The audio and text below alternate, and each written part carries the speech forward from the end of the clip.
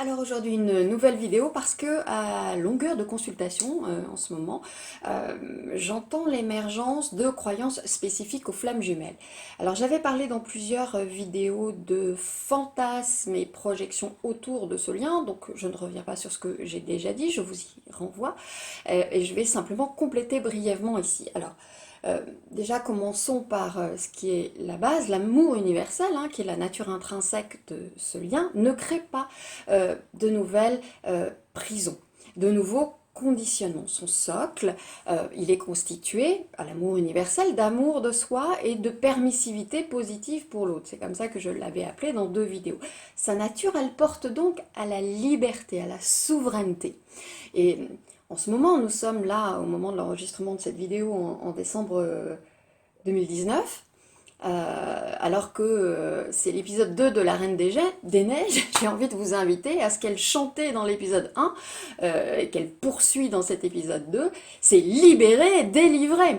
Hein, vraiment de vous libérer, de vous délivrer notamment de la culpabilité. Hein, je vous invite vraiment à faire stop à toute la culpabilité qui émerge très très souvent de ces nouveaux conditionnements, de ces conditionnements spécifiques, de ces nouvelles croyances spécifiques aux flammes jumelles, de sortir de toutes ces peurs, ces crispations qui ne mènent la plupart du temps qu'à toujours plus de questionnement mental, de sclérose, de jugement et d'auto-jugement. Euh, donc de sortir, et je vais prendre là quelques exemples de ce que j'entends beaucoup, de ce qui m'est partagé souvent, de sortir de, il ne faut pas dire à ma flamme jumelle, la nature du lien, sinon ça va retarder son réveil. Alors qu'est-ce qui se passe avec ça? D'abord, mettez-vous au clair avec votre intention de partage. Qu'est-ce qu'il y a derrière cette intention? C'est quoi la réalité de votre intention que de partager la nature du lien à votre autre? En réalité, qu'est-ce qui va se passer? Il y a classiquement, il y a plein de cas de figure, mais classiquement, trois options possibles. Le rejet, c'est n'importe quoi ce que tu me partages là. Le OK, avec même un grand OK, sauf que l'autre, il en fait rien. Il prend l'information, dont acte, et en même temps, voilà, c'est là, et il n'y a rien de plus qui se crée. Ou alors, un déclic, la révélation. Je ne vous cache pas que jusqu'ici, dans toutes les centaines de personnes que j'ai accompagnées, ce que j'ai plutôt constaté, c'est plutôt l'option 2. C'est-à-dire, OK, dont acte, et en même temps, j'en fais rien. Après, dans toutes ces croyances-là spécifiques, toutes ces choses qu'on peut entendre, on a le réveil de l'autre dépend du travail, de ce que vous appelez, ça n'est pas ma vision et je l'ai exposé plein de fois, du travail du chaser. Donc le réveil de l'autre dépend du travail du chaser. Quelle responsabilité! Mon Dieu! Ça va, vous croulez pas sous le fardeau là? Entendez aussi le mot dépendre. On est là bien loin de la souveraineté, qui est quand même un des fondements de ce vers quoi ce lien nous amène à retourner, notre souveraineté. Donc là, on se retrouve avec une enclume qui nous tombe dessus. Donc si on n'a pas bien bossé, on n'a pas le bon point. Voilà. Hein, donc c'est votre responsabilité que son réveil. Non, bien sûr que non.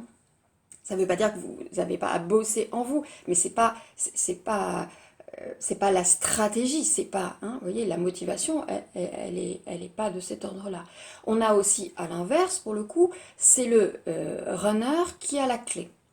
Donc là, le fardeau, c'est l'autre. On a aussi la fameuse foudre karmique. Alors j'en ai déjà parlé dans une autre vidéo, donc je ne détaille pas. C'est une belle blague de divin, pas très divin cette affaire-là. Qu'est-ce que j'ai fait pour mériter ça? J'entends ça aussi. Ça, c'est la posture de la victime. Quand vous êtes là-dedans, c'est ok, simplement soyez en lucidité que vous êtes en posture de victime. Qu'est-ce que j'ai fait pour mériter ça? Comme si c'était une punition, en fait. On a aussi que dire ou faire ceci ou cela, ou ne pas le faire. Hein, en fonction des cas de figure, peut-être que ce serait interférer sur le chemin de l'autre. Donc au secours, qu'est-ce que je dois faire? Généralement, on se précipite sur nos jeux d'oracle ou chez le médium du quartier pour savoir quoi faire, pour remettre notre pouvoir personnel à autrui. Je trouve que là, on étouffe là. Quand, vous voyez, tout ça là, c'est comme appuyer sur le frein et l'accélérateur en même temps. On ne sait plus où on en est. Hein. Il y a aussi, quand évidemment ça dure, et souvent ça dure, il y a aussi, est-ce que j'ai pas perdu mon temps? J'entends ça quelquefois. J'ai envie de vous inviter à sortir des regrets parce que c'est ça qu'il y a derrière. Le regret d'avoir donné, d'avoir vécu ce que vous avez vécu. Et ensuite, vous ne savez pas ce que vous ne savez pas, donc vous ne savez pas la suite qui est absolument incontrôlable. On ne contrôle pas l'incontrôlable. Donc, s'il y a quelque chose que vous avez pu apprendre, au-delà de toutes les guérisons, de ce que tout ça vous a apporté, de toutes les guérisons et du grandir que ça vous a apporté, c'est que peut-être vous avez raffiné votre amour.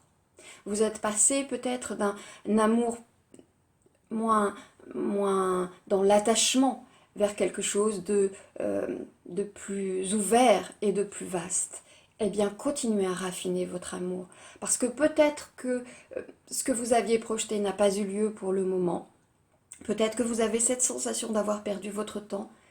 Eh bien, continuez à raffiner votre amour pour vous-même et pour les autres.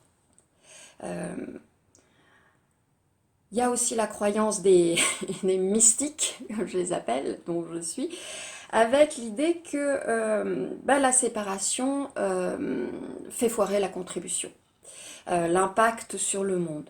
Le fait que cette séparation se maintienne dans le temps, voilà, ça fait foirer la contribution. Comme si seules les flammes jumelles réunies, qui plus est, pouvaient apporter leur pierre au changement. Leur pierre dans l'humilité, leur pierre au changement du paradigme actuel. Il suffit de regarder les informations positives, les personnes inspirantes, elles ne sont pas toutes flammes jumelles. Donc, tout ça, c'est un leurre. Et puisque j'ai évoqué l'illusion, en réalité, de la séparation, dans une autre vidéo, peut-être que vous pouvez entendre ça plus profondément.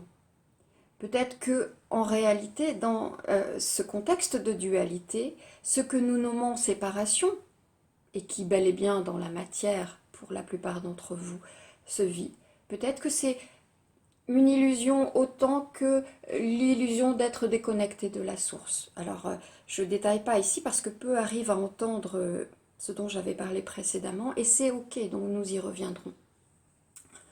Il y a aussi je suis en train de repasser dans tout ce que vous me partagez.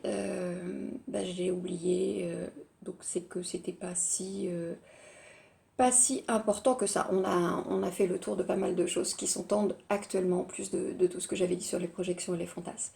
Donc ok, le chemin, il est éprouvant, il est long, il est incompréhensible pour le mental égo. Oui, c'est un lien qu'on pourrait qualifier de lien siamois. J'avais utilisé cette expression-là tout au début, il y a de ça maintenant plusieurs années. Donc nous sommes impactés plus ou moins par les mouvements de l'autre. Impactés mais pas prisonniers. Oui, parfois on a l'impression de vivre comme peuvent l'être les personnes amputées, toute comparaison évidemment limitée, avec un membre fantôme. Il y a un peu de ça d'une certaine façon. Après, c'est qu'est-ce qu'on fait de ça? Qu'est-ce qu'on fait à partir de ça? C'est toujours la même question, quoi qu'il nous arrive comme situation. Hein, cela étant, je vous le rappelle, un choix et un rendez-vous d'âme. Donc tout à l'heure, la posture de victime, qu'est-ce que j'ai fait pour mériter ça? C'est un rendez-vous que tu as pris. Voilà. Et ce rendez-vous d'âme, il a une orchestration qui nous dépasse. J'ai rappelé récemment, il y a quelques jours, à toutes les personnes, de manière collective, à toutes les personnes qui avaient fait le protocole Flamme Jumelle avec moi, des précisions sur la séance 2 qui concerne le nœud originel, Parce que dans cette orchestration, bah, il y a ce nœud originel, il y a cette symbolique-là qui se trouve rejouée de manière terrestre et qui dit beaucoup et que l'on ne peut comprendre qu'au fil de son ouverture de conscience. Donc occupez-vous de ce que ce lien, ou plutôt la relation terrestre, fait émerger en vous, plutôt que d'analyser et de vous occuper des peurs de l'autre, de ses failles, sauf à regarder avec lucidité et amour ce qu'elles disent de vous, de vos peurs, de vos failles. Occupez-vous de vous, hein, pour entrer pas après pas, de plus en plus en amour de vous. Je dis être en amour de vous, car c'est un niveau plus profond que ce qu'on nomme classiquement l'amour de soi, avoir de l'amour pour soi. Être en amour de soi, on est là à un niveau plus profond. Parfois, en consultation, je prends cette parabole de ce jeu d'enfant que vous connaissez certainement toutes et tous. C'est la fameuse balançoire, vous savez, où il y en a un qui monte quand l'autre descend. Dans certains cas, la relation terrestre flamme jumelle peut ressembler à ça. Un en haut, celui qui se réveille, l'autre en bas. Je dis en haut avec des guillemets et en bas avec des guillemets. Alors comment on fait pour se rejoindre dans ce jeu, hein? En fait, c'est un exercice de funambule, d'équilibre, de ni haut ni bas, qui est finalement le haut et le bas. C'est des ingrédients de la dualité, tout ça. Donc de sortir du jeu. C'est avancer vers le milieu de la balançoire. Chacun. La rencontre, elle a lieu dans le centre. Donc, on peut avancer soi vers le centre. Et en même temps, on ne peut pas imposer à l'autre de nous y rejoindre.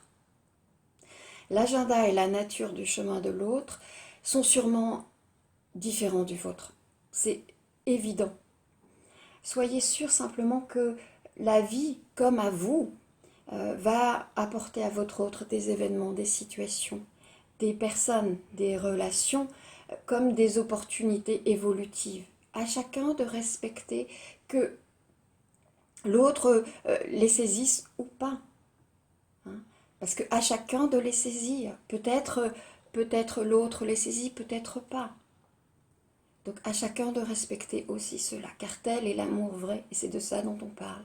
Et souvent on en perd le fil, parce qu'on revient à de l'amour beaucoup plus égotique.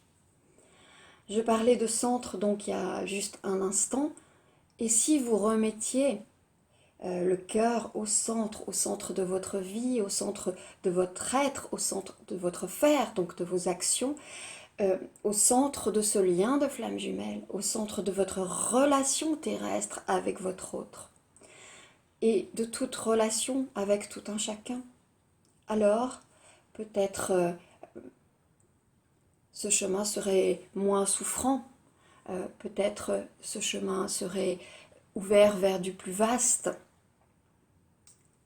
C'est l'invitation que je vous lance de remettre le cœur au centre de tout. À très bientôt pour une autre vidéo.